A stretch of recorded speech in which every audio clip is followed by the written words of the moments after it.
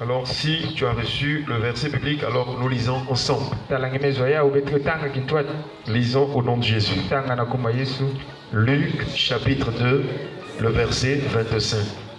Et voici, il y avait à Jérusalem un homme appelé Siméon. Cet homme était juste et pieux. Il attendait la consolation d'Israël et l'Esprit Saint était sur lui. Luc chapitre 2, le verset 29 à 32.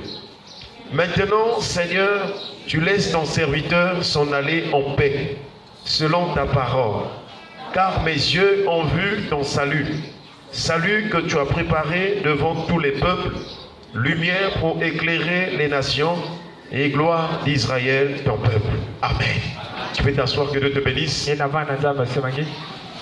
Chers frères et sœurs, c'est un merveilleux passage que le Seigneur nous donne encore ce matin. Dans la première partie de ce passage,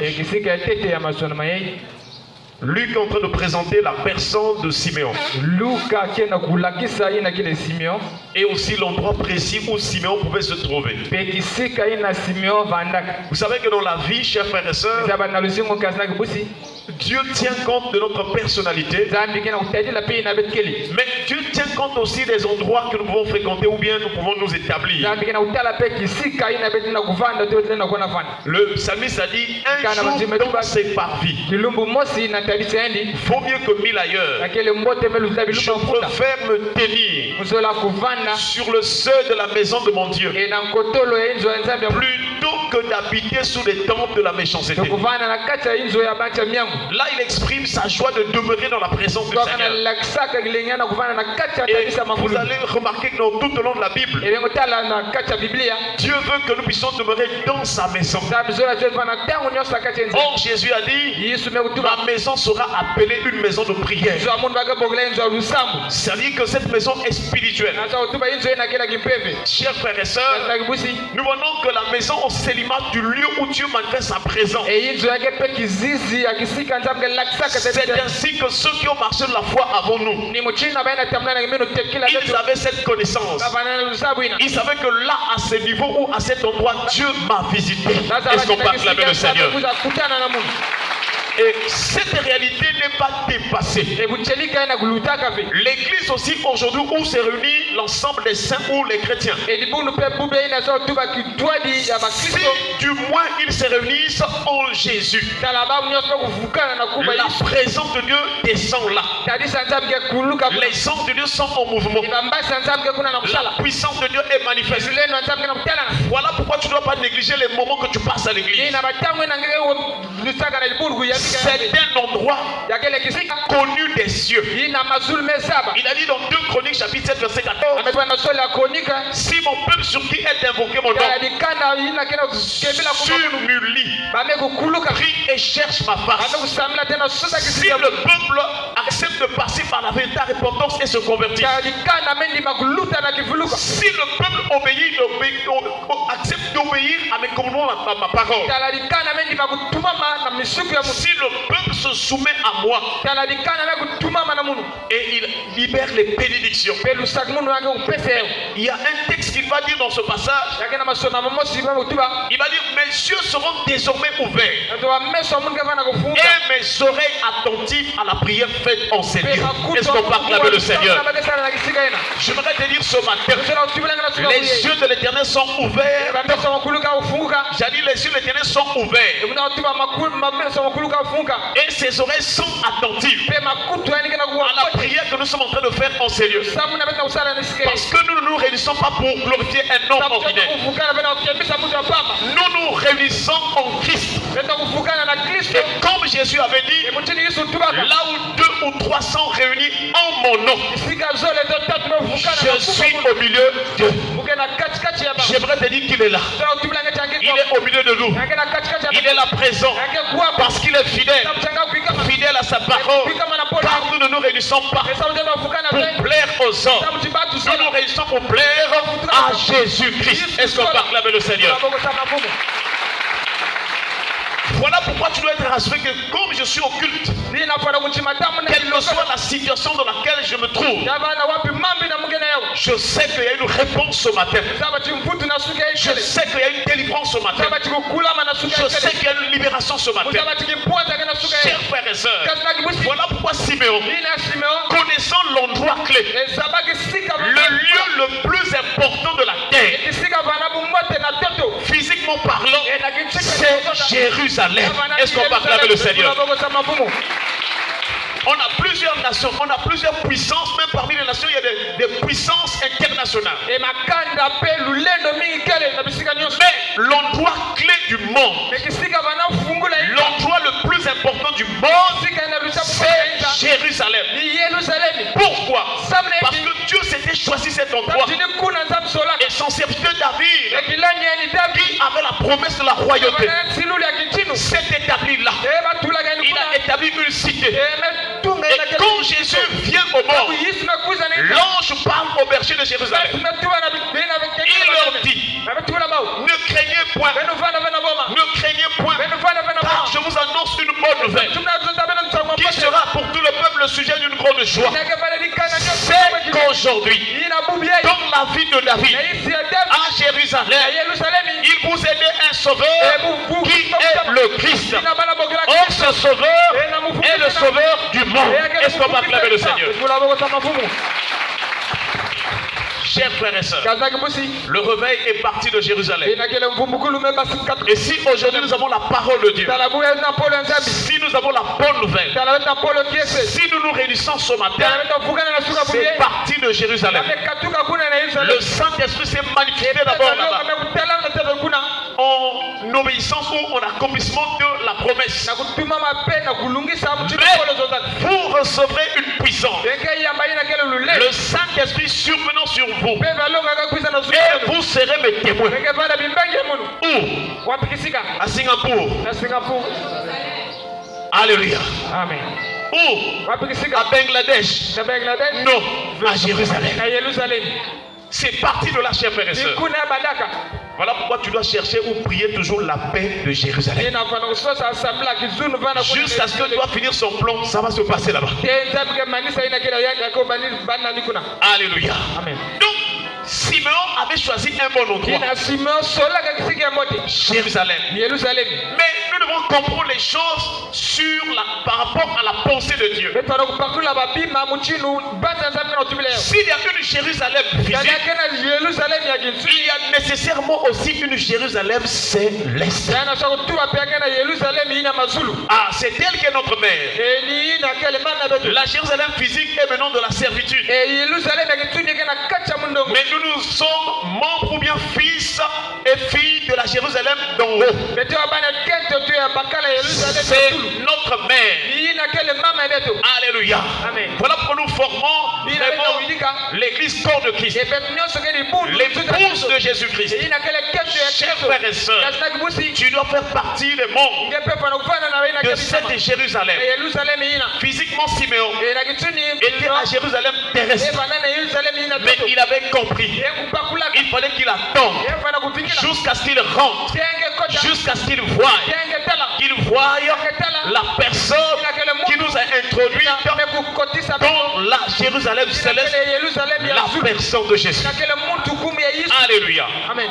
Et voici, il y avait à Jérusalem un homme appelé Siméon. Chers frères et sœurs, même en termes de nom, il faut savoir pourquoi on te donne ce nom-là. Quelle en est la signification? Je ne sais pas ton nom dit quoi ou signifie quoi. Mais dans la Bible, on a donné le nom aussi en tenant compte des circonstances. Mais beaucoup plus aussi des noms qui devaient avoir très vraiment à la relation avec Dieu. Et littéralement, Simon veut dire entendre. Simon veut dire exaucer. Est-ce qu'on peut acclamer le Seigneur? Et pendant que je méditais, j'ai compris quelque chose. Entendre, c'est dans le sens de recevoir les prières. Exaucer, c'est dans le sens de répondre de donner la réponse à la prière qui était faite. Donc dans la vie de Simon, il y avait ces deux choses. Il y avait une disposition de prière afin que Dieu entende les prières. Et il y avait aussi dans Simon cette disposition d'attendre la réponse de Dieu. Et nous prions ce matin que Dieu écoute tes prières, qu'il entende tes prières et qu'il te réponde favorablement.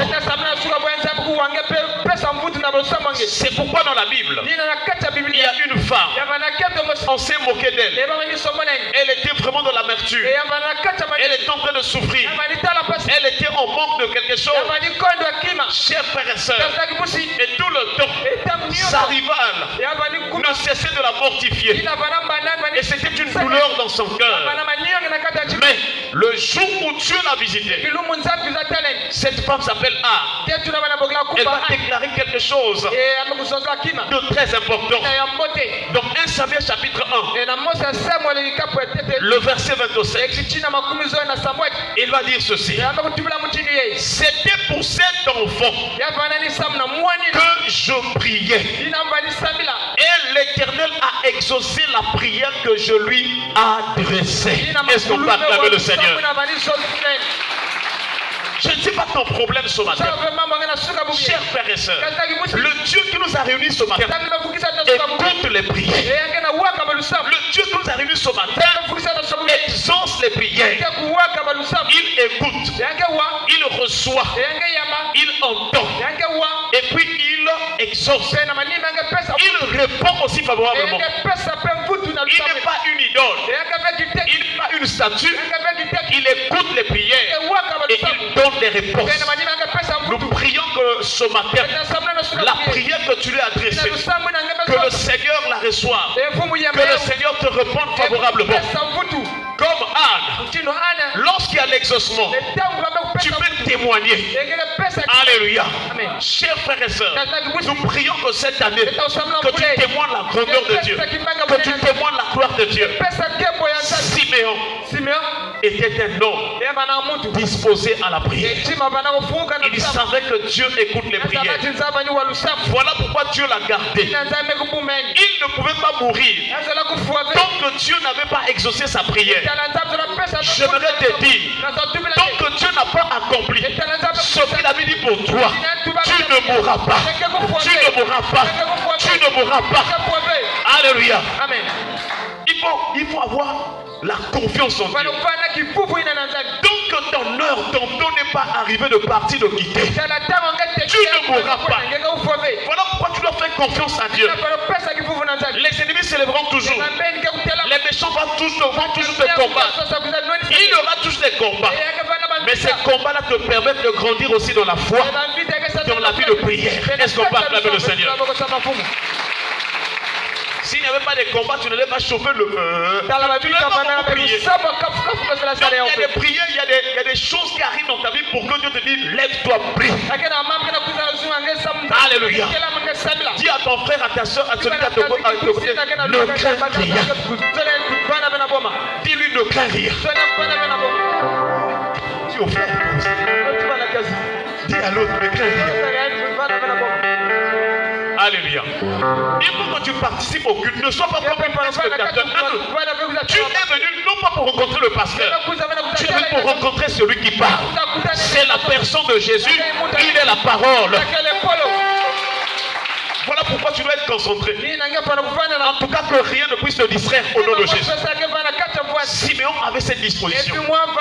Et nous prions que cette année, que tu sois un Siméon pour ta famille, pour tes enfants, pour l'église, que tu sois un Siméon, toujours assidu au temps, malgré son âge avancé. Il ne regarde pas à son corps affaibli. Il était là, le vieux Siméon. Est-ce qu'on peut acclamer le Seigneur? Je t'en supplie, mon frère, ma soeur, marcher avec Dieu exige que tu ne regardes plus tes faiblesses, que tu ne murmures plus, que tu n'hésites plus, mais que tu saches que l'Éternel est avec toi. Jésus est en toi. Où que tu fous les plans de ton pied, Tu dois croire qu'il est en toi et il agira quelle que soit la situation. Voilà les héros de la foi. Et donc ce jour-là, il a témoigné. Vous avez vu, vous étiez en train de me moquer de moi. Ouais, je n'arrivais même plus à prier. Tellement vous étiez en train de me contrôler. Mais c'est pour cet enfant que vous voyez là. C'est pour lui que je priais. Et l'Éternel a exaucé la prière que je lui adressais. Ah, sois exaucé au nom de Jésus. Alors nous voyons Siméon, au nom du fait qu'on explique, on nous donne l'endroit où il était et sa disposition. Mais on nous donne aussi les critères ou les caractéristiques. Il était caractérisé par quoi? Qu'est-ce qui était d'agréable dans la vie de Simon devant l'Éternel? La Bible déclare ce homme était juste et pieux. Alléluia. Si tu veux que Dieu écoute tes prières, entende tes prières et les exauce, tu dois avoir aussi cette disposition dans ta vie. La justice. Un cœur disposé à faire ce qui est juste. Un cœur ayant un penchant à faire ce qui est juste. Un cœur animé par la piété. Un cœur inspiré par la piété. Un cœur rempli de ferveur pour Dieu. Voilà ce qui était dans la vie ou dans le cœur de Siméon. Et c'est pourquoi Dieu avait les regards sur lui. Chers frères et sœurs, Siméon était juste. Cela veut dire qu'il se conformait ou bien il se conformait à la justice de Dieu. Il était honnête. Il n'était pas malhonnête. Il n'était pas escroc. Il n'était pas dans le mensonge. Il n'était pas dans l'impudicité. Il n'était pas dans l'ivronnerie. Il n'était pas dans l'idolâtrie. Il n'était pas dans la violence. Il n'était pas dans les mauvaises dispositions dans son cœur. Il ne laissait pas les mauvaises pensées envahir sa conscience. Alléluia. Et nous prions ce matin que toutes ces mauvaises dispositions te quittent au nom de Jésus. Siméon était juste dans ses agissements, dans sa conduite. Il pensait toujours à Dieu. Il se disait que ça, non, ça c'est pas bien devant Dieu. Mais ça c'est juste. Je dois faire ce qui est bon. Je dois faire ce qui est agréable. Je dois vivre et faire ce qui est conforme aux saintes Écritures. Est-ce qu'on peut acclamer le Seigneur? Pour que tu pratiques ce qui est juste, pour que tu sois juste aux yeux de Dieu, tu dois d'abord accepter de te plier à la volonté de Dieu. Ta volonté doit se plier, doit se conformer à ce que Dieu dit dans sa parole. Si la parole de Dieu dit, ne vous enivrez pas de vin, c'est la débauche. Le signe que tu es juste devant Dieu, tu ne dois plus aller consommer les boissons enivrants. C'est comme ça que les choses de Dieu fonctionnent. Alléluia. Amen. Alléluia. Si la parole de Dieu te dit, fuyez l'impudicité. Alors toi, pour le signe que tu es juste devant Dieu, ce n'est pas parce que tu viens tous les jours à l'église. Ce n'est pas parce que tu pries beaucoup. Mais c'est lorsque tu te conformes à ce que Dieu a dit. Devant les tentations de l'impudicité, tu dois t'en éloigner. Tu dois fuir. Tu dois éviter. C'est là que tu seras juste devant Dieu. Voilà pourquoi, chers frères et sœurs, La Bible témoigne d'un homme. Il s'appelle Noé. Dans Genèse chapitre 6, le verset 9. Il est écrit. Voici la postérité de Noé.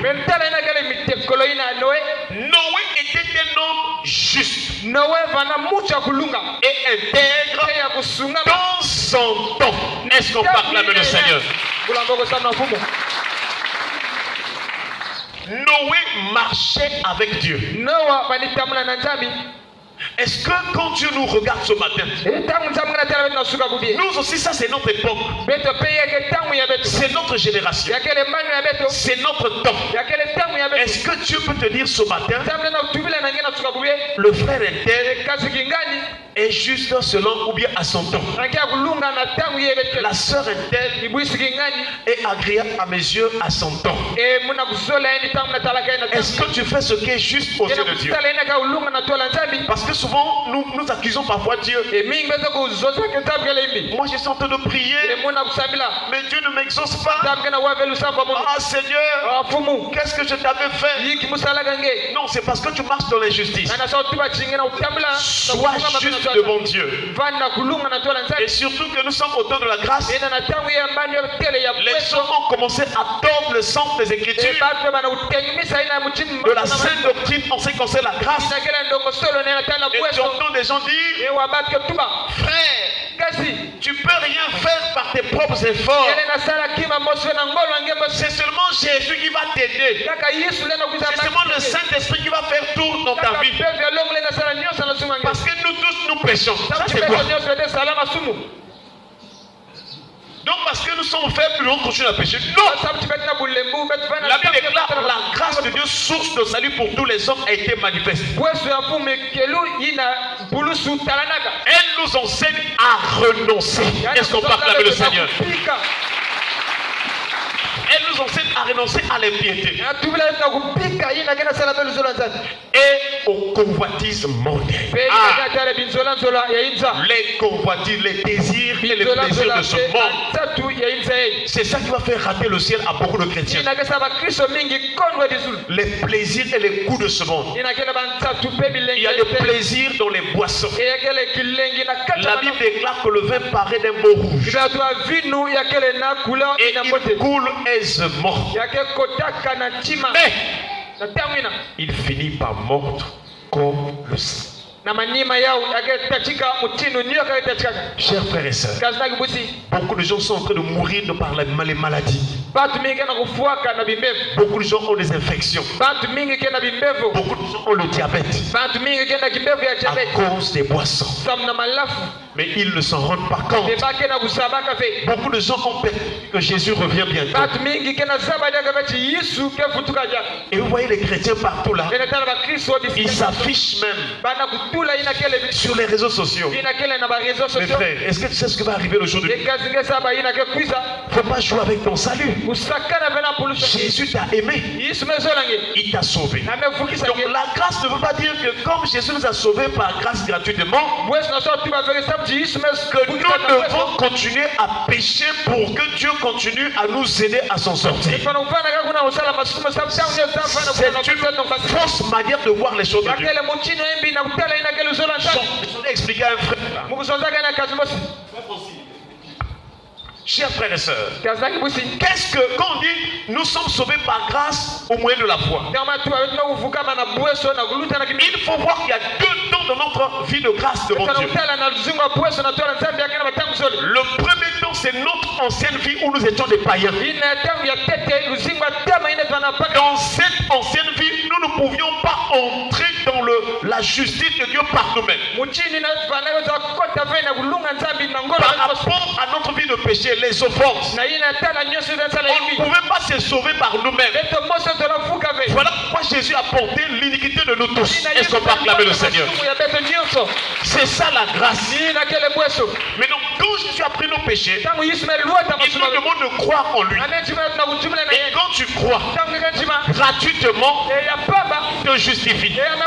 Gratuitement, il te donne le statut d'enfant de Dieu. Ça, c'est la première partie. Maintenant, lorsque tu deviens enfant chrétien, Lorsque tu deviens enfant de Dieu ou chrétien, là, il n'y a plus de raison pour dire que non, la chair est faible. Non, mais puisque la personne qui t'a sauvé a pris tes péchés sur elle, il te demande maintenant de te sanctifier. Il te demande maintenant d'obéir à sa parole. Puisqu'il a fait la plus grande part qui devait te conduire. C'est-à-dire que là où tu devais être conduit en enfer, il t'a délivré de cette voie de la perdition. Maintenant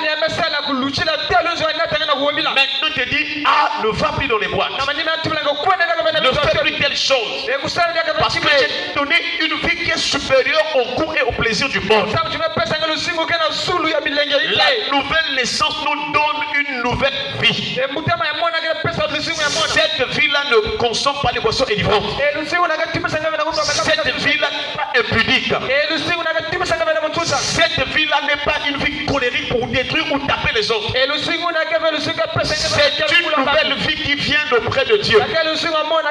Ça y est, on nous parle le salut. Chers frères et sœurs, mais en même temps, dans notre vie, il y a une ancienne, la chair qui tente de vouloir s'élever, qui tente de vouloir se manifester. Alors elle doit toujours être anéantie par la loi de l'esprit de vie en Jésus-Christ. Est-ce qu'on peut acclamer le Seigneur? Donc nous voyons, chers frères et sœurs, que si maintenant tu es chrétien en Christ, tu ne dois plus donner des raisons. Non, vraiment. Pourquoi tu ne dois pas donner des raisons? Parce que Jésus a tout accompli à sa place. Lui te demande juste maintenant, tu dois maintenant marcher conformément aux saintes écritures. Mais pasteur, comment je veux faire? Quand je veux vraiment faire la volonté de Dieu là, je finis toujours par tomber encore. Ah. Alors il faut maintenant la pratique, la vie de prière. Mais pasteur, je prie tous les jours, je tombe toujours. Le jeûne et la prière, la méditation de la parole. Car chaque fois que tu médites la parole, la puissance de la parole de Dieu entre toi. Et cette parole juge les pensées et les sentiments du cœur. C'est une épée qui chasse les démons et les semences impures. Donc tu ne vas pas obéir à méditer tous les jours. En ce moment-là, tu seras toujours faible. Quand tu n'as pas un régime de prière, et aussi pour voir quel type de prière. Si tous les jours, toi, tu n'envoies seulement le feu au sorcier, c'est vrai, c'est le combat spirituel d'après toi. Mais il faut aussi prier pour ta croissance spirituelle. Il faut aussi prier pour que tu puisses développer les fruits de l'esprit. Parce qu'il y a des choses que Dieu nous a données qui sont plus puissantes que la nature du péché. Alléluia.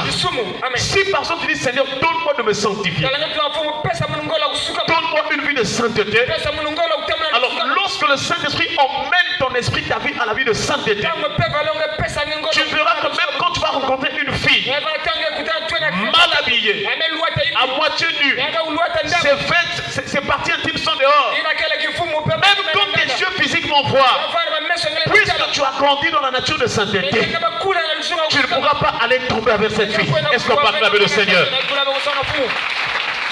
Parce que la vie de sainteté domine et anéantit la puissance de cette mauvaise vie. Mais si tu ne t'appliques pas dans la prière, dans la parole de Dieu, tu es tout le temps dans les distractions de ce monde. Alors la puissance des passions, des désirs et des plaisirs du monde vont commencer à envahir ton âme. Et c'est là où parfois tu commences à développer encore des désirs. La copine là vraiment, elle m'a encore appelé. Waouh! Je l'ai encore vu sur les réseaux sociaux. Elle a puni comme ça.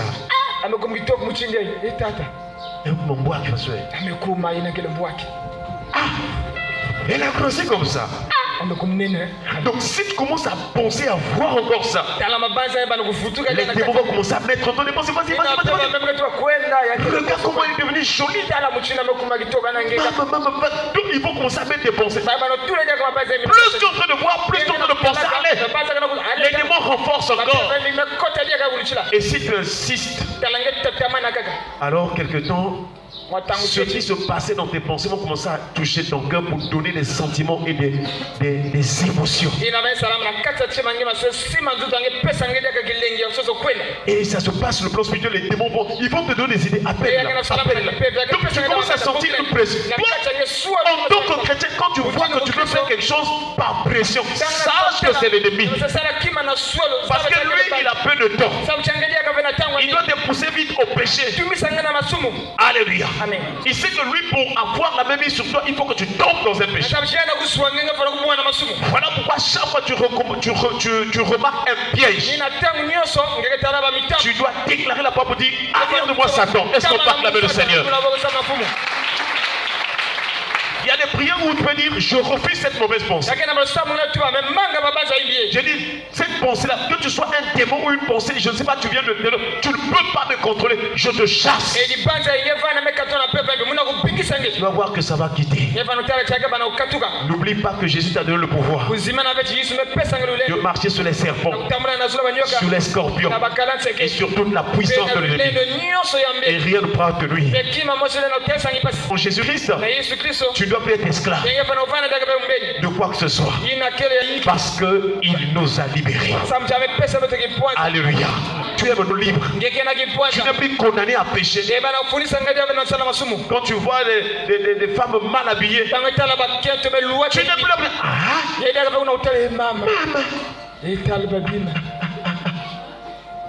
Toi, tu n'es plus esclave pour vivre ces choses. De même aussi les sœurs. Il est mignon. Ça, ce n'est plus ta vie. Ta vie, maintenant, il faut voir la gloire de Dieu. Est-ce qu'on peut acclamer le Seigneur? Que Dieu nous donne de nous sanctifier au nom de Jésus.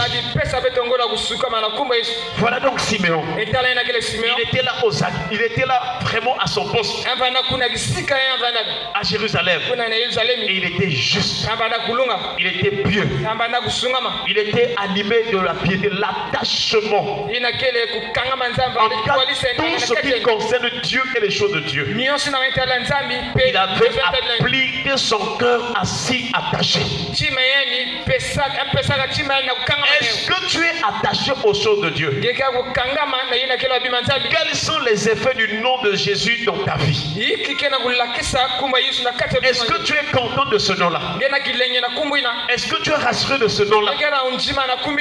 Est-ce que tu es sûr que le nom de Jésus opère des choses dans ta vie? Au plus profond de ton cœur, est-ce que tu es sûr? Si on fait un test là, il y a une situation. Des gens tombent dans une situation et qu'on leur propose des choses. Tu verrais qu'il y a d'autres chrétiens qui vont dire: ah, vraiment, même si on prie, mais Dieu lui-même va comprendre. Là, ça veut dire que tu as un problème. Une personne qui a la foi au nom de Jésus, même si elle est restée seule, et que tout le monde dise que non, il faut quand même consulter, voir telle chose. Une personne qui a la foi en Jésus-Christ ne peut jamais fléchir, parce qu'il sait que dans les cieux, sur la terre, sous la terre, il n'y a qu'un seul nom. Alléluia. Il n'y a qu'un seul nom. Et nous devons arriver à cette dimension de foi. Ne sois jamais paniqué par ce qui se passe dans ce monde. Sois fier du nom de Jésus. Même si toute ta famille t'a abandonné, si tu es avec Jésus, tu es majoritaire. Alléluia. Chers frères et sœurs, beaucoup de chrétiens traînent et ça ne marche pas parce qu'ils n'ont pas compris la dimension de la puissance du nom de Jésus. Nous l'avons déjà rappelé dimanche dernier. Quels que soient les noms qu'on va citer là, le nom de Jésus reste au-dessus de tous les noms. Et depuis que le monde existe, jusqu'à ce que le monde va finir là, il n'y aura pas un nom qui viendra que non, je suis au-dessus du nom de Jésus. C'est impossible. Même les démons eux-mêmes ne peuvent pas oser dire que non, moi, tel démon, je suis au-dessus de Jésus. Mais à l'instant même, avant même de dire ça, il va être précipité. Non seulement il tremble, Mais la puissance du nom de Jésus va faire quoi? Va l'expulser. Qu'est-ce qu'on va acclamer le Seigneur? Maintenant, imagine-toi, ce Jésus-là est venu habiter en toi. Par la foi, il est en toi. Tu dois dire que Jésus est en moi. Jésus est avec moi. Je ne crains rien. Seigneur. C'est ce que comment ça s'appelle? Simon est en train de faire. Il est en train d'attendre. Première année, il est là. Deuxième année, il est là. Il n'a pas bougé ni à gauche ni à droite. Il dit, je resterai là jusqu'à ce que je rencontre le Seigneur. Pourquoi tu es paniqué? Pourquoi tu cours après les églises? Pourquoi tu cours après les pasteurs? Cherche à courir vers Jésus. Et tu auras la solution. Donc Bartimée était attaché aux choses de Dieu. Le signe que tu as la piété. La ponctualité. L'heure à laquelle tu viens au rendez-vous. À l'école. Qu'est-ce qui fait que tu ailles à temps? Parce que tu es attaché à tes études. Si on dit que le cours commence à 7h, en tout cas tu prends toutes les dispositions pour arriver avant 7h. Parce que tu as de la considération. Tu es attaché à cela. Tu t'attends aussi à des récompenses, à la réussite. C'est ce que tu devrais faire plus même pour les choses de Dieu. Chers frères et sœurs, la piété c'est l'attachement. Dans les anciens temps, quand la personne quittait la maison pour venir à l'église, la personne peut courir. Et nous commençons à 7h. Tu vas voir des gens 8h. Tout fatigué là. Le cœur n'est pas encore attaché aux choses de Dieu. Parce que tu sais que demain dimanche nous avons culte. Mais même pour dormir, c'est-à-dire que tu penses déjà au culte de demain. C'est le signe que tu es attaché. Alléluia. Amen. Tu dois prier pour la piété. Comme Siméon. Il était là à Jérusalem. Il attendait. Il s'attendait pour que le Seigneur le visite. La piété, c'est aussi la ferveur. Donc la vivacité, la passion et le zèle. Le zèle pour les choses de Dieu.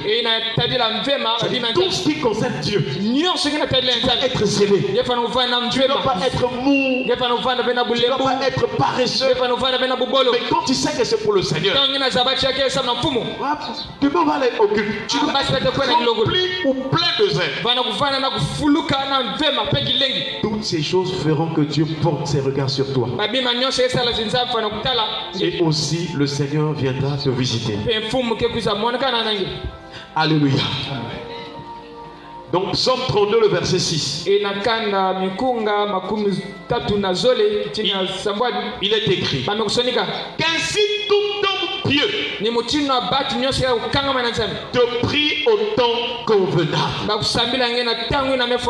Si des grandes eaux débordent, elles ne l'atteindront nullement. Est-ce qu'on peut acclamer le Seigneur? Si tu es attaché au Seigneur, si tu as mis tout ton zèle pour Dieu, lorsque les grandes eaux, lorsque les tribulations, lorsque les souffrances, lorsque les difficultés viennent sur ce monde, toi, ces difficultés ne t'atteindront pas. Alléluia. Amen. Les gens se plaignent là, oh non, il y a des difficultés. La conjoncture est devenue compliquée.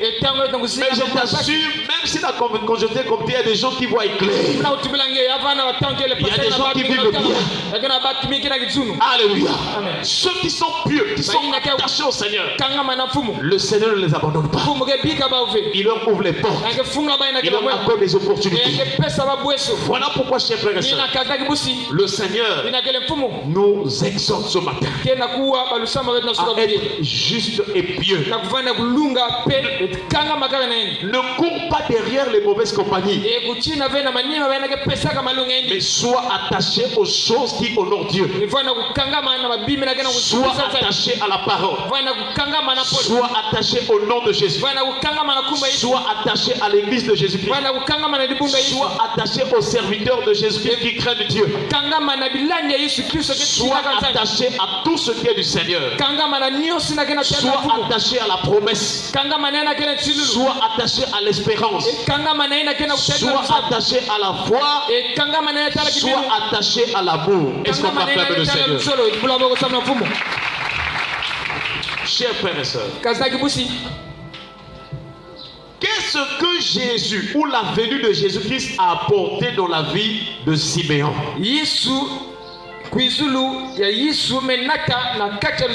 Parce que beaucoup de gens, quand tu lui dis on va à l'église, parfois il va te dire mais j'aurai quoi? Qu'est-ce que je vais gagner? J'aimerais te dire que si tu es en Christ, il y a toujours des récompenses. Alléluia. Si vraiment de tout ton cœur, même là où tu es assis là, tu veux te dire que non, vraiment j'ai des souffrances. Bon, maintenant si on fait un peu, on essaie de revoir ta vie passée. D'où tu es venu jusqu'à cet âge. Tu vas te rendre compte qu'il y a des moments, en tout cas c'était fini. Peut-être que tu étais hospitalisé. Peut-être que tu étais en manque de quelque chose. Mais Jésus avait opéré un miracle. Est-ce qu'on peut acclamer le Seigneur? Voilà pourquoi tu ne dois pas oublier ce qu'il a déjà fait. Alléluia. Amen. Et s'il a déjà fait quelque chose, il en fera encore des choses plus grandes. L'essentiel que tu sois comme Siméon, toujours à l'église, toujours à Jérusalem, toujours dans la prière. Plus tu vas comprendre ces choses. Ma soeur, ne vois pas que je suis jeune fille. Dans la prière là, je veux vieillir. Non. La prière nous revêt de la beauté de la gloire de Dieu. Si tu veux être éclatant, si tu veux être rayonnant, sois souvent de la prière. Car la beauté que donne la gloire de Dieu, c'est une beauté plus que les choses de ce monde. Alléluia. Parce que la beauté que Dieu donne dans sa gloire, cette beauté attire aussi les bénédictions. Cette beauté n'attire pas le péché. Or les choses de ce monde qu'on revêt, qu'on met sur nous, les gens vont nous regarder que nous sommes beaux et belles, mais ça attire aussi le péché. Voilà pourquoi tu dois être constamment dans la prière. La prière. Ma soeur, tu es en vacances. Quel est le programme de prière? Bientôt la rentrée va commencer. Qu'est-ce que tu as fait de ce temps de vacances? Est-ce que ce temps est passé comme ça? Est-ce que le temps où tu devais chercher la face de Dieu? Parce que dans le plan de Dieu, il y a un avenir meilleur. Mais si tu fais passer les choses, tu seras surpris. Et que ta vie soit toujours en retard. Siméon avait compris. Quel que soit les temps, quel que soit mon âge, alléluia. Amen. Alors, quand Dieu a vu toutes ces choses dans la vie de Siméon,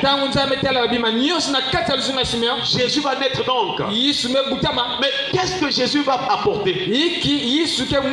Sous quelle forme, sous quelle personnalité, sous quel moyen Jésus va se révéler ou se manifester devant Siméon?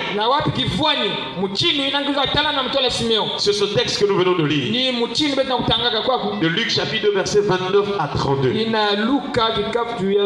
Ça maintenant Siméon a compris.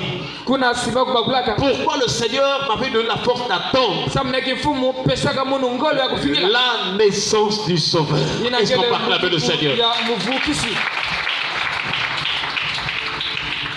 Il dit maintenant Seigneur, tu laisses ton serviteur s'en aller en paix.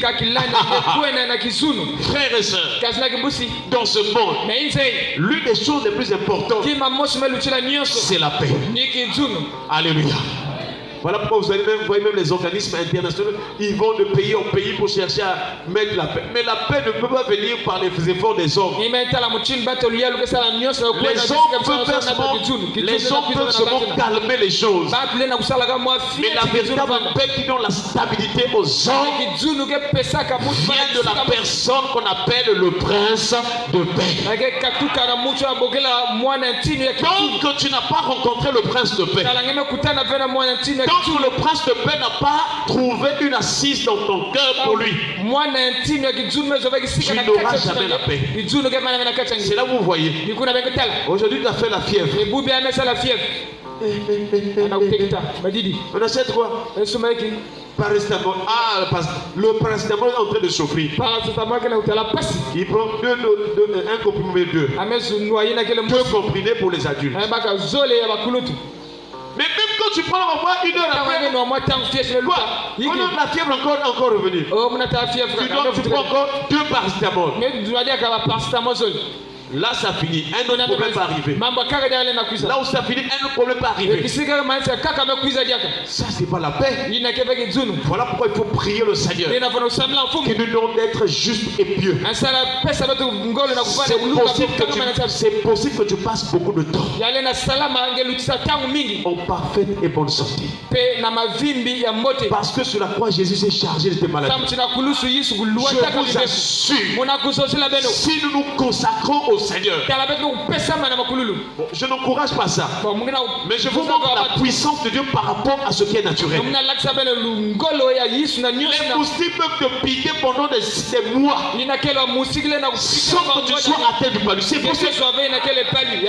Mais je n'encourage pas que tu t'exposes. Mais s'il arrive, parce qu'aujourd'hui, il est même démontré que les gens qui se couvrent bien moustiquaires, même je ne sais pas comment bien, moustiquaires venus même de France. Mais ils sont touchés par le palu. Il y a des gens qui prennent soin de leur vie pour éviter que les moustiques ne tiennent. J'ai même vu quelque chose qui est comme le truc de tennis là. Comment ça s'appelle ça? La raquette. Oh, les Chinois savaient mettre la raquette. Donc, tu mets sur mon ça, le moustique. Oh non, il est en train de tuer le moustique.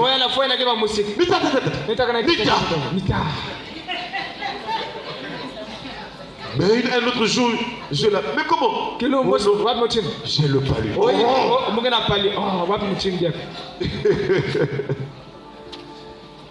Si nous ne cherchons pas la puissance de Dieu, nous serons toujours victimes des manigances de Satan et des démons.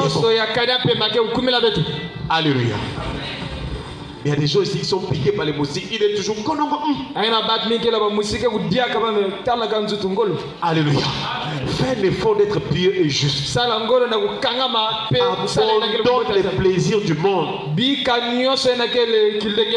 Nous prêchons le dépouillement. Il y a certaines personnes, non, l'église là vraiment nous interdit ça. Un jour, j'ai rencontré une sœur. Mais celle-là disait que non, si elle abandonne les mèches, ce sera vieille. Bon, maintenant qu'elle continue avec eux, elle a fané, elle est devenue bizarre. Donc, fais attention, parce que le diable, quand il te donne quelque chose là, dans un premier temps, la chose est rayonnante. Mais vers la fin, quand il te lâche, même si tu ajoutes, ça ne marchera pas.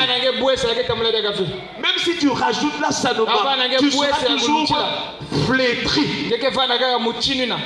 Voilà pourquoi il faut rester dans les choses de Dieu. Parce que si tu suis et que tu obéis à la parole de Dieu, la Bible déclare dans Psaume 92, les justes sont comme les palmiers plantés de la maison de l'Éternel. Même dans leur vieillesse, ils sont pleins de sève. Est-ce qu'on peut acclamer le Seigneur? Ils sont verdoyants. Mais pourquoi si vraiment tu es dans le Seigneur, si tu compares toi et tes amis avec qui vous avez fréquenté peut-être à l'école primaire, quand tu vois les phrases, mais elle est devenue comme ça. Mais lui parce qu'il boit beaucoup, il est dans les poissons, on a vu des femmes. En tout cas moi particulièrement quand je vois certains amis, mais c'est pas possible. Si on te dit qu'on est des professeurs, tu vas dire non. Ça doit être ton nom. Mais pourquoi? Parce que la grâce de Dieu, l'huile sainte du Saint-Esprit nous remplit, nous couvre et nous fait rayonner. Je t'en supplie, sois dans la prière. Tu prends une vieille qui prie beaucoup et qui a un bon cœur. Tu prends une vieille qui ne prie pas beaucoup, qui a un mauvais cœur. Quand tu vas les mettre là, tu verras qu'il y a une différence. Alléluia. Est-ce qu'on peut acclamer le Seigneur? Parce que la vieille qui a le Saint-Esprit, même dans sa vie, tu verras toujours moi. Il a toujours moi propre. Mais celle qui n'a pas le Saint-Esprit. Non, mais attention. Et même dans ses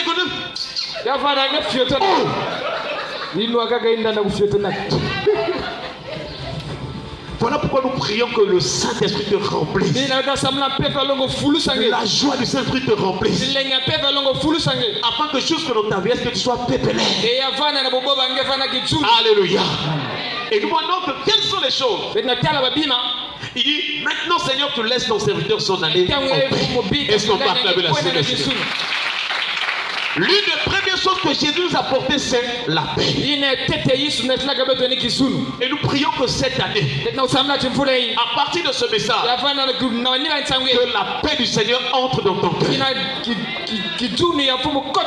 la paix du Seigneur entre dans ton sommeil. Que la paix du Seigneur entre dans ton foyer. Que la paix de Jésus entre dans ta famille. Que la paix de Jésus entre dans tes relations professionnelles. Que la paix de Jésus entre dans ta santé. Que la paix du Seigneur entre dans tous les domaines de ta vie. J'allais dire que quand tu fouleras quelque part, même si le diable est en train de tourmenter les gens, à cause de ta présence, toi qui es fils du royaume, toi à qui il était dit, heureux ceux qui procurent la paix, car le roi de ceux est à eux. Que la paix entre dans ce lieu-là au nom de Jésus. Alléluia. Amen. Que la paix du Seigneur soit avec toi. Dans ta relation avec ta femme, la paix. Dans ta relation avec ton mari, la paix. Je n'ai jamais compris. Vous êtes ensemble, vous partagez tout. Mais toi tu commences à insulter. Comment?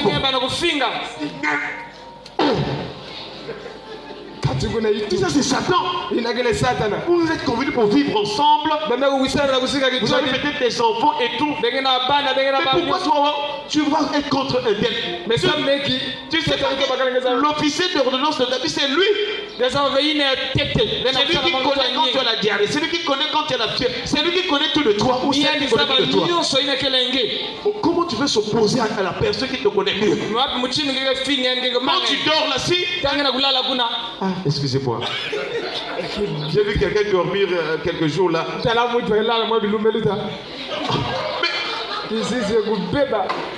Papa, vraiment il faut chercher le Saint-Esprit. Sinon, il y a des sommeils, vraiment tu as peur.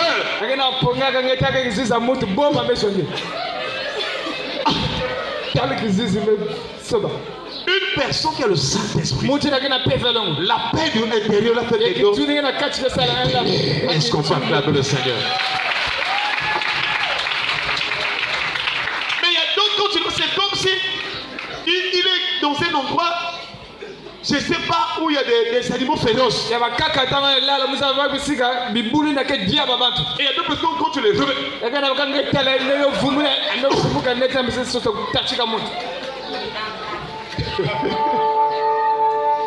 que Dieu nous aide à ce que le Saint-Esprit occupe tous les domaines de notre vie.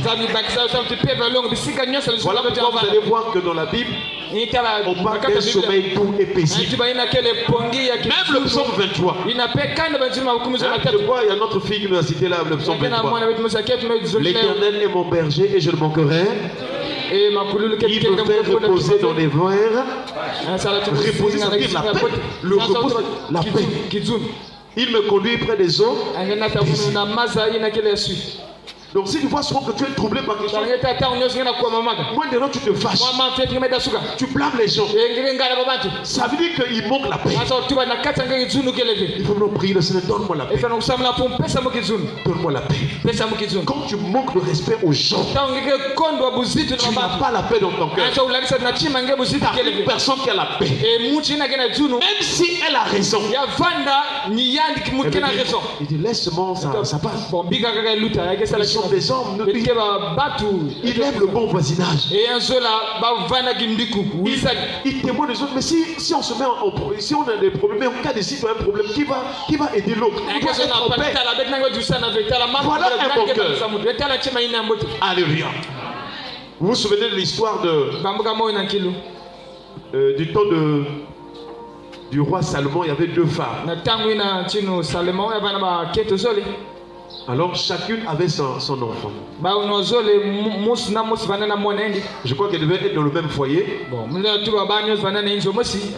Des rivales peut-être aussi. Alors cette nuit-là, les deux dorment avec leurs enfants. Mais non, la femme méchante là, c'est ce qu'on est en train de dire là. Quand elle a dormi, elle est montée sur son enfant. Et l'enfant est mort la nuit là.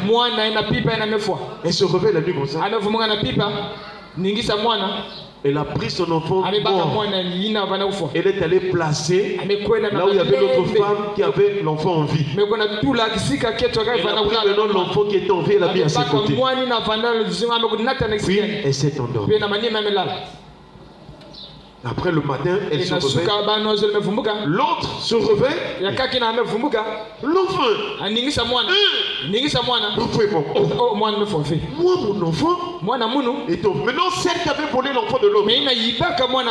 Elle s'est réveillée aussi avec l'enfant. Bébé. Maintenant, l'autre femme qui en avait volé l'enfant là, elle dit non. Parce qu'une vraie femme doit connaître le visage de son enfant. C'est pas les jeunes filles d'aujourd'hui. Elles connaissent rien.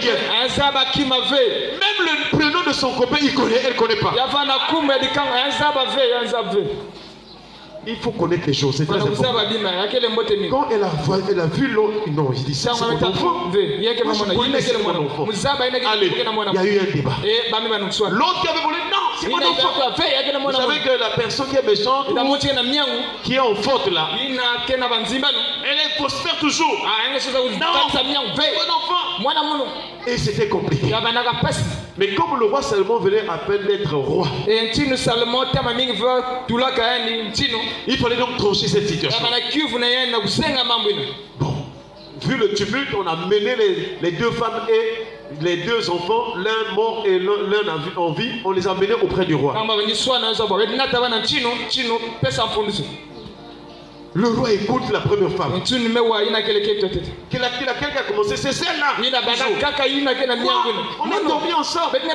Non, son enfant est mort. Celle qui parle en fait, c'est elle, son enfant qui était décédé. Mais non, elle veut prendre mon enfant.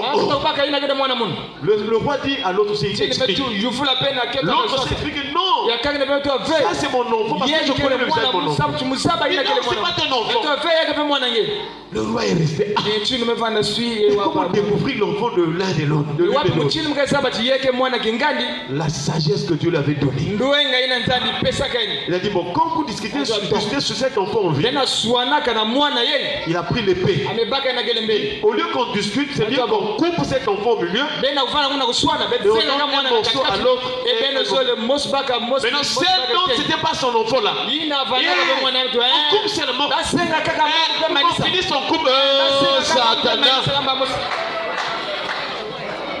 C'est là où le roi avait compris. Parce que le roi s'est dit, si c'était dans son enfant, il n'avait pas accepté qu'on coupe son enfant. Et l'autre femme, qui était vraiment la mère de l'enfant, il dit, roi, ça ne sert pas quand tu l'enfant. Laisse l'enfant en vie. Et le roi a pris l'enfant et l'a remis à sa mère. Est-ce qu'on peut acclamer le Seigneur? Dans la vie, il faut bien regarder et écouter les gens. Tu vas savoir qu'un tel n'a pas la peine de le faire. Parce que nous sommes ensemble dans le quartier. Pourquoi tu vas être en colère avec ton voisin? Pourquoi tu vas aller calomnier? Nous sommes ensemble dans l'église. Pourquoi tu vas être... Moi, je pense que l'église a de quoi? Nous sommes une famille. Est-ce que tu ne sais pas qu'au ciel on sera ensemble? Maintenant c'est sur les choses de la terre. Alléluia. Cherche la paix du Seigneur. Et Simon a dit, maintenant Seigneur, tu laisses ton serviteur s'en aller en paix. Car il avait rencontré le prince de paix. Cherche la paix. Gédéon aussi en son temps, il avait rencontré les mêmes choses. Les Madianites étaient en train de les tourmenter, les persécuter, ravager tout. Mais quand l'ange de l'Éternel a rencontré Gédéon, Gédéon a bâti un hôtel. Il a appelé le nom de cet hôtel l'Éternel paix. Alléluia. Parce qu'il savait déjà que puisque j'ai rencontré l'Éternel et qu'il m'a rassuré que j'irai avec la force que j'ai, avec le Saint-Esprit, j'irai. Je veux battre ma terre. Que le Saint-Esprit te donne la victoire sur ma terre au nom de Jésus.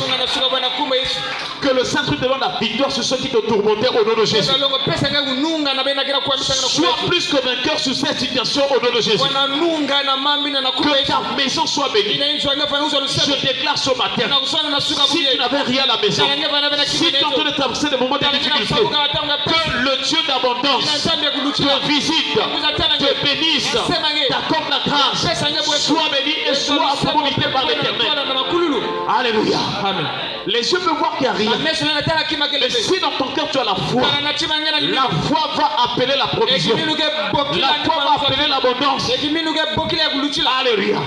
Comme cette femme veuve de Sarepta, il y avait la famille. Elle avait un peu de farine et d'huile. Elle voulait préparer le gâteau et ensuite elle devait mourir. Ça c'est sous les vies humaines. Et quand l'ange de Dieu est rentré chez lui, chers frères et sœurs, la femme avait été saisie et elle a compris. Ça c'est un homme, c'est un prophète de Dieu. Mais spirituellement, c'est Dieu qui me visite. Est-ce qu'on peut acclamer le Seigneur? Et elle a donné d'abord à l'homme de Dieu. Et quelques temps après, un miracle s'est produit.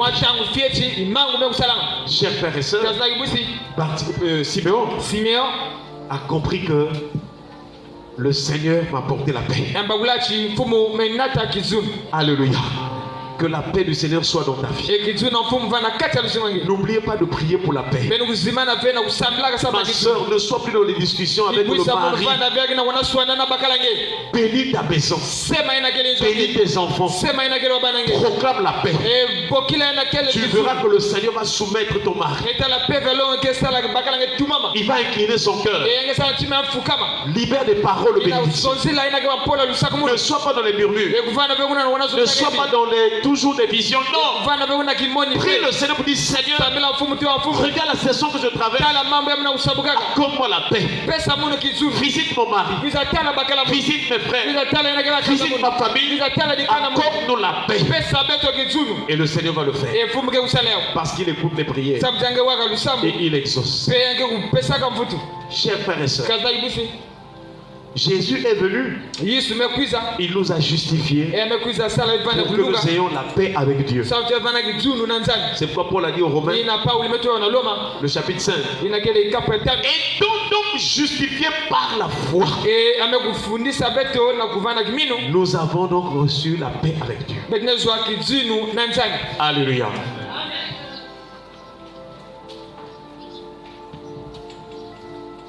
Deuxième chose que Siméon va comprendre dans sa rencontre avec le Seigneur. Et maintenant,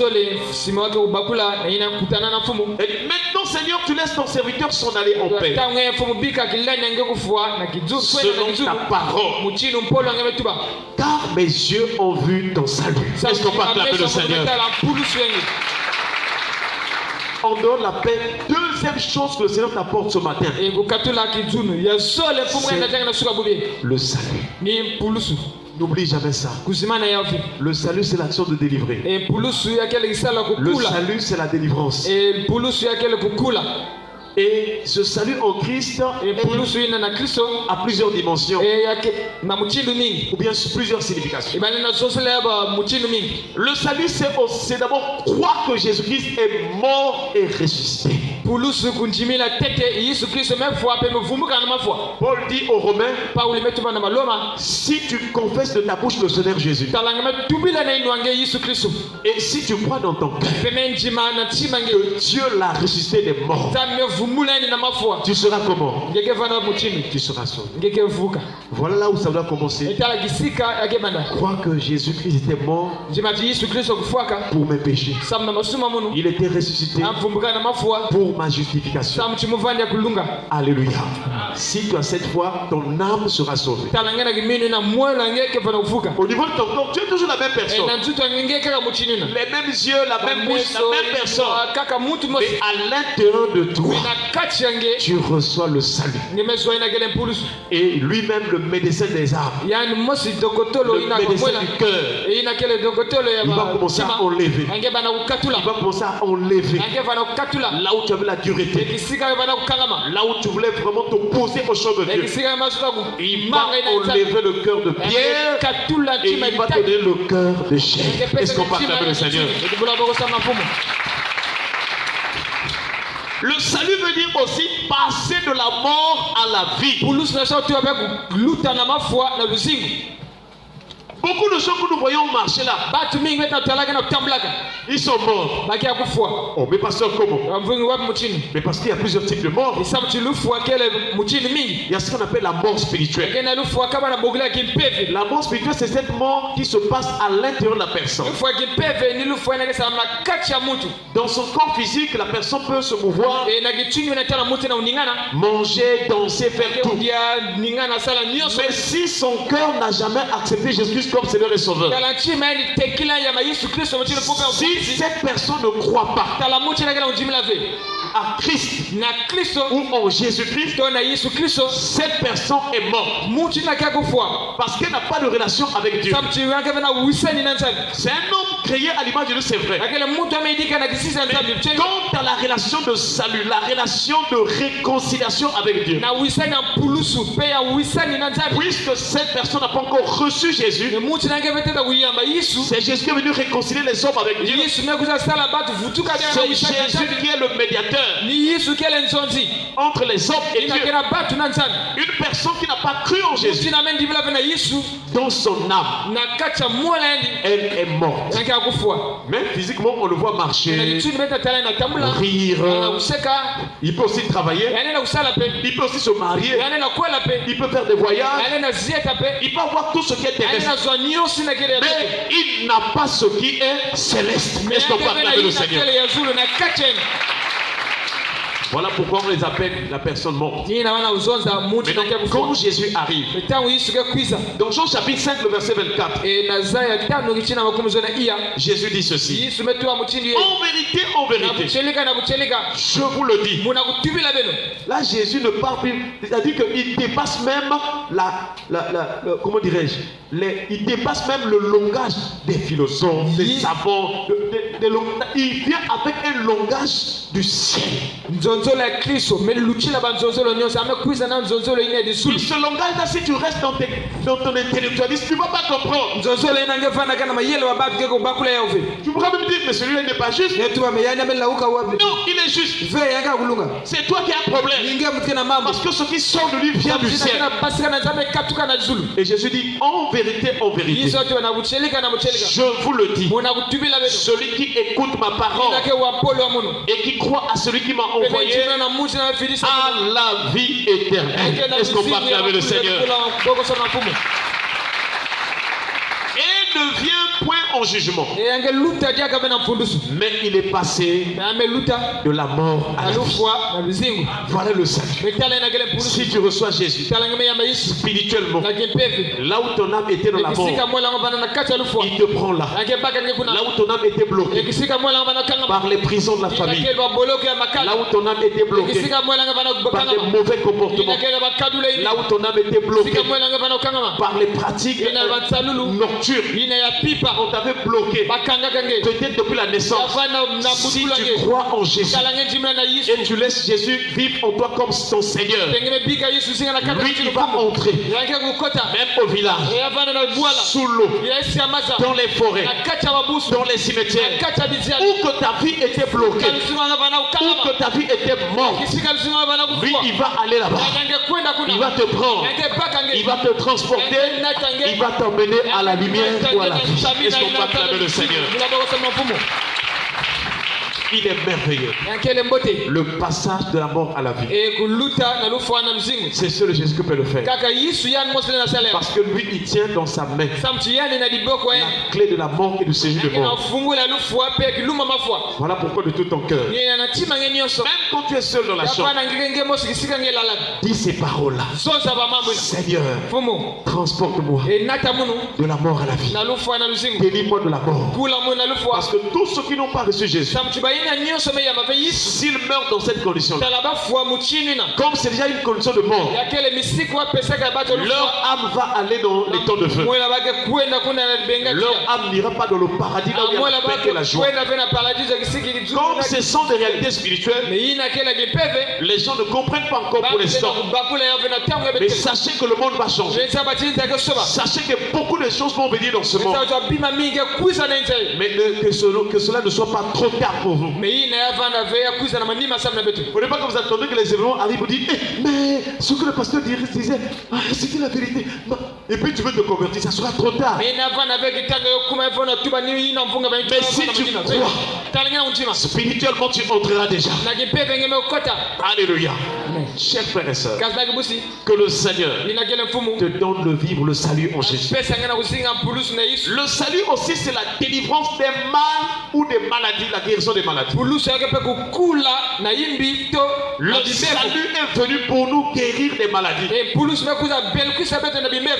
et nous délivrer des prisons spirituelles. Parce que la maladie aussi, c'est une œuvre du diable. J'aimerais te dire ce matin, je ne sais pas quelle est la maladie qui revient souvent dans ta vie. Jésus est capable de te guérir. Il est capable. Parce que sur la croix, il s'est chargé des maladies.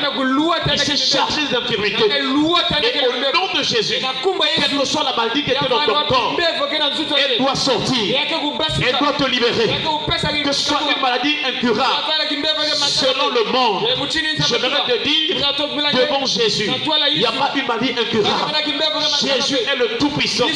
Il a rencontré des paralytiques, il a rencontré des aveugles, il a rencontré des sourds, il a rencontré des muets, il a rencontré des estompiers.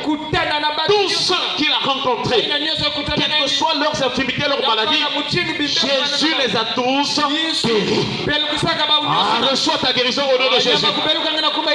Alléluia. Confesse et dis Seigneur, guéris-moi. Guéris-moi de cette maladie. Parce que beaucoup sont esclaves de la maladie.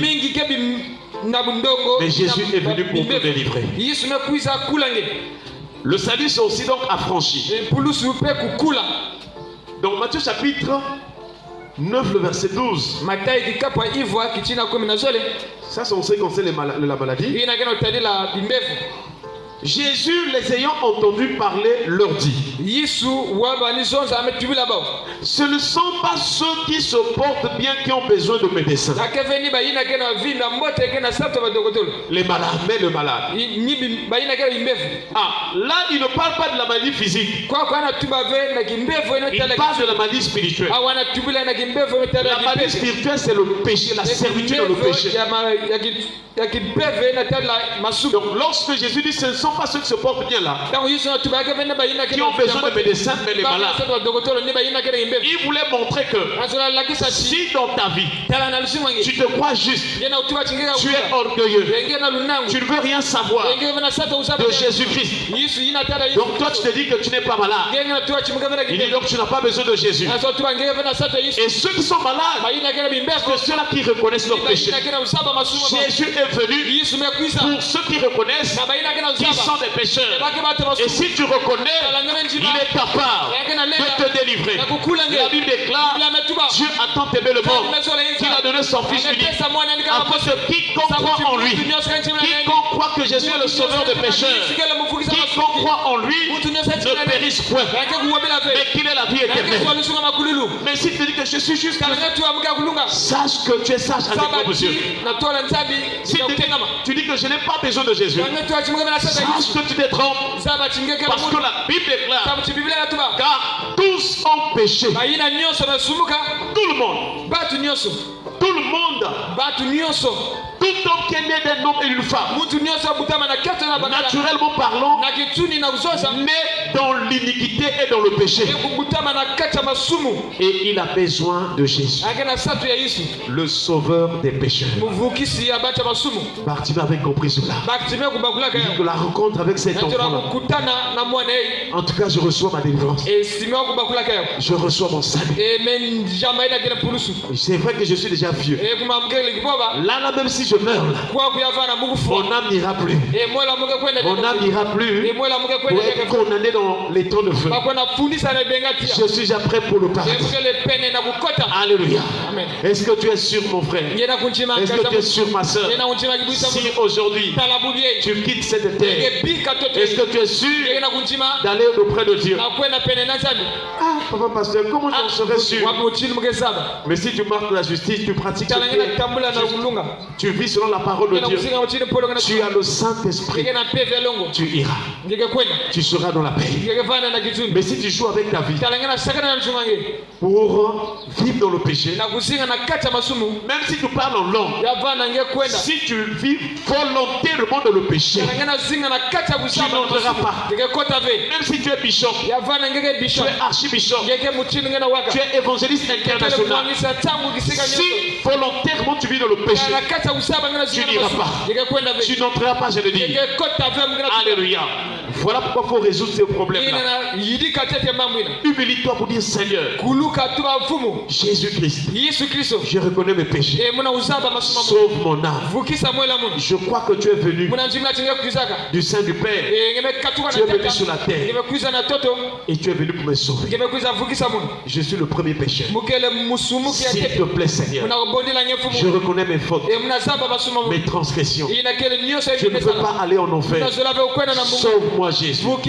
Je te laisse mon cœur. Entre dans ma vie. Fais de moi ce que tu veux. Je reconnais que tu es mon Seigneur et mon Dieu. Est-ce qu'on peut acclamer le Seigneur? C'est là que tu vas voir au fur et à mesure que ta vie va commencer à aller bon, ça va marcher. Mais là où tu étais esclave de la maladie va commencer à disparaître. Là où tu avais telle difficulté, ça va commencer à disparaître. Parce que tu es rentré dans le statut des enfants de Dieu et des fils du royaume. Et dans le royaume, il n'y a pas toutes ces difficultés, ces choses-là. Alléluia. Troisième chose. Simeon est en train de dire, il dit, car mes yeux ont vu ton salut. Salut que tu as préparé devant tous les peuples. Pas seulement Israël, pas seulement les Juifs. Comme certaines personnes disent, oh non, Jésus c'est le Dieu des Blancs. Non, il a préparé le salut pour tous les peuples, toutes les nations. Que ce soit nous les Congolais. Jésus est venu pour nous. Parce que si nous refusons Jésus, nous allons mourir dans le péché. Nos coutumes, nos traditions ne sauvent pas. Nous tous, pour la plupart du temps, dans nos familles, nous sommes passés par les féticheurs, par des bikoudi, par des gens qui voient des choses. Mais cela ne peut pas sauver notre âme. C'est impossible. Le salut vient de Dieu. Pas les traditions. On peut te soigner chez un féticheur, mais ce n'est pas le salut. Tu dois chercher le salut de ton âme. Et c'est seulement Jésus qui est venu pour apporter ce salut. Il est venu comme le sauveur. Voilà la différence qui existe entre Jésus et tous ceux qui prétendent être des grands dans ce monde, dans les domaines où ils évoluent. Et donc n'oublie pas que Jésus est venu pour toutes les nations. Salut que tu as préparé devant tous les peuples. Lumière pour éclairer les nations. Est-ce qu'on parle avec le Seigneur? Troisième chose, Jésus est venu comme la lumière. Sans Jésus, la vie d'un homme est dans les ténèbres. Chers frères et sœurs, la lumière veut dire d'abord la vie de Jésus. Parce que cette vie-là est esprit ou bien spirituelle. C'est différent de la vie de chacun de nous qui était tiré de la terre. Nous sommes poussière. Nous sommes des hommes, mais notre nature humaine vient de la poussière. Jésus aussi est né et apparu comme un homme. Et lui, il n'est pas tiré de la poussière. Voilà la différence. Et voilà pourquoi lui ne pouvait pas avoir le péché. Et c'est ce que Paul a dit aux Romains. Romains chapitre 8. Je crois le verset 3. Il est écrit car chose impossible à la loi, parce que la chair la rendait sans force. Dieu a condamné le péché dans la chair en envoyant à cause du péché son fils dans une chair semblable à celle des hommes. Est-ce qu'on parle avec le Seigneur? Donc le corps de Jésus, c'est un corps humain. Mais c'est le Père qui avait formé ce corps-là. Et il a pris ce corps, il l'a placé dans le ventre de Marie. Et par l'action du Saint-Esprit, l'Esprit de Jésus est venu rentrer dans ce corps-là, sans que Marie puisse connaître les hommes. Voilà pourquoi on a dit que Jésus est né par la vertu du Saint-Esprit. Donc sa naissance est différente de celle des autres. Mais comme sa nature était humaine, il pouvait souffrir comme tous les autres, mais il ne pouvait pas pécher. Alléluia. Chers frères et sœurs, la lumière c'est la vie de Jésus. La Bible déclare en elle était la vie, et la vie était la lumière des hommes. Si la vie de Jésus entre dans ton esprit, cette vie va commencer à te montrer la différence entre la vie du ciel et la vie de la terre. La lumière c'est aussi l'ensemble des bonnes œuvres selon Dieu. C'est ce que nous avons vu dimanche dernier. Matthieu chapitre 5 verset 16. Il dit que votre lumière soit donc vue aux yeux de tous les hommes. Voilà, que votre lumière luise ainsi devant tous les hommes, afin qu'ils voient vos bonnes œuvres et qu'ils glorifient votre Père qui est dans les cieux. Le signe que tu es dans la lumière, c'est manifester des bonnes œuvres, la bonne conduite, le bon comportement selon la parole de Dieu. Mais si tu insultes les gens, spirituellement tu es dans les ténèbres. Si tu fais ce qui est mal et mauvais, même si tu connais les versets bibliques, tu es dans les ténèbres. La Bible déclare que quiconque est son frère est encore dans les ténèbres. Si tu manifestes la haine, tu es encore dans les ténèbres. Mais nous prions ce matin que nos cœurs soient libres, que nous puissions faire du bien à notre prochain. C'est ça la lumière. La lumière c'est aussi connaître ou comprendre la vérité de la parole. Donc Éphésiens chapitre 9 verset 18, la Bible déclare qu'il illumine les yeux de votre cœur, afin que vous sachiez quelle est l'espérance qui s'attache à son appel. Si tu n'es pas éclairé par Jésus qui est la lumière, si ta conscience n'a pas été affranchie par Jésus qui est la lumière, tu ne peux pas comprendre et connaître les choses de Dieu ou la volonté de Dieu. Et tu vas discuter sur la Bible. Oh non, vraiment ici là, non, la Bible est contradictoire. Oh. Mais comment Jésus a dit, moi je suis venu non pas pour apporter la paix, je suis venu avec le paix. Moi je suis venu pour diviser les gens. Oh. Donc votre Jésus là, vous avez vu. Voilà, ça c'est lui-même qui dit. Je suis venu apporter le paix. Oh. Oh, toi tu ne connais pas que l'épée là ce n'est pas l'épée en tant que telle. Parce que tu es en train de raisonner par rapport à ta manière de voir les choses. Quand Jésus dit je suis venu apporter l'épée et la division, il voulait faire la différence entre les ténèbres et la lumière. L'épée là c'est l'image de la parole de Dieu. Jésus voulait dire que je suis venu dans le monde, je vais vous apporter la parole de vérité, la vraie volonté du Père. Mais non dans une famille. Ceux qui vont croire à cette parole de vérité vont vivre dans la lumière parce qu'ils seront affranchis. Mais ceux qui ne vont pas croire à ces paroles, ils vont être dans les ténèbres. Et il y aura toujours la division. Parce que ceux qui sont dans la lumière et ceux qui sont dans les ténèbres ne peuvent pas vivre ensemble. Même si vous êtes nés d'un même père et d'une même mère, ta soeur là, tu te contredis. Ton oncle va plus toujours te faire du mal parce qu'il est dans les ténèbres. C'est pourquoi la Bible nous recommande de prier pour nos familles afin que notre famille soit sauvée. Est-ce qu'on parle avec le Seigneur? Donc Jésus est venu séparer les ténèbres de la lumière. Parce que ne peuvent entrer que ceux qui auront leur lampe allumée. Mais toi tu dois choisir du côté de la lumière. Donc il n'y a aucune contradiction sur la parole. C'est un problème de compréhension. Hier j'ai eu à échanger avec un jeune qui publie les choses là, un frère, c'est un bon frère.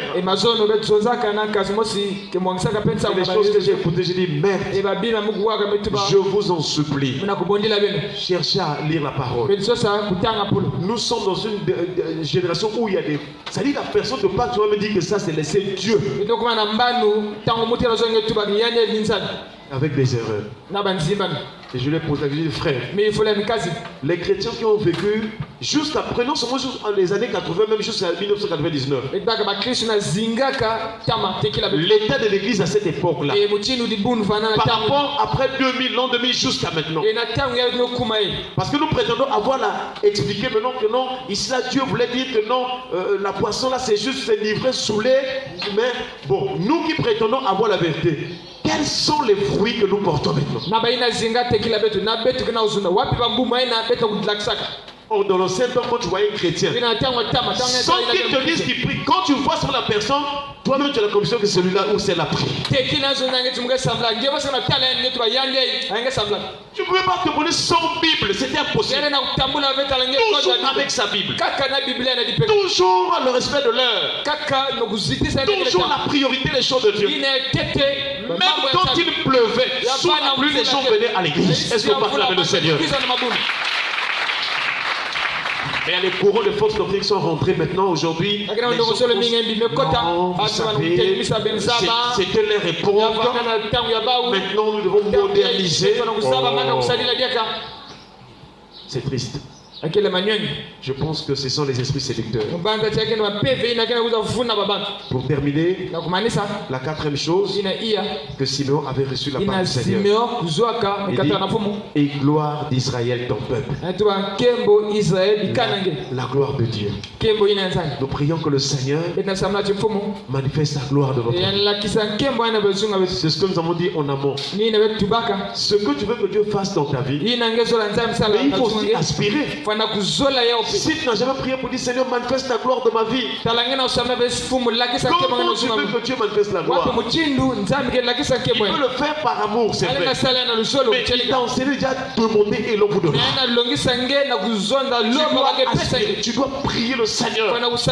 Seigneur, je veux voir ta gloire dans mon foyer, dans ma marche avec toi, dans ma vie de prière. Seigneur, s'il te plaît, fais-moi voir ta gloire. Alléluia. Amen. Et le Seigneur est disposé pour manifester sa gloire.